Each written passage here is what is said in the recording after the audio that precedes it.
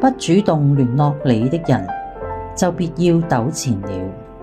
無論係情侶，抑或係朋友，關係聯繫到最後，對方從一開始隨意只回應一兩句，到最後連一句都唔想再囉嗦。呢個過程並唔需要太耐，兩個人嘅聯繫，一個講得太多啦，另一個反而毫無反應，往往就係煩厭，因為你覺得你喺度關心佢，但對方只係覺得你好打擾，你好討人煩厭。其實喺呢個世界裏面，冇邊個一定離唔開邊個，亦冇邊個一定非誰不可。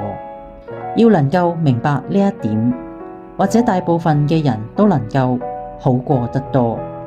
但凡對你會有一啲掛念嘅人，都唔會要你聯絡得咁卑微。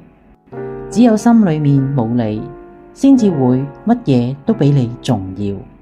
佢嘅朋友比你重要，打遊戲機比你重要，路邊嘅一隻貓狗比起佢更能引起佢嘅注意。咁樣嘅人，你應該放手啦，唔係放過對方，就係放過自己。你想出100種糾纏嘅時候，佢只需要反覆使用一種，就足夠令你死心。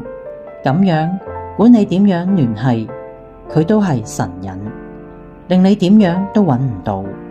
你唔開心，你難過，你喊，你恨又好，愛又好，都好似唔關佢事。畢竟係你自己趕住要對佢好，冇人逼你㗎。你覺得係折磨，佢覺得係解脫。所以我哋唔好再咁傻啦，及時止損。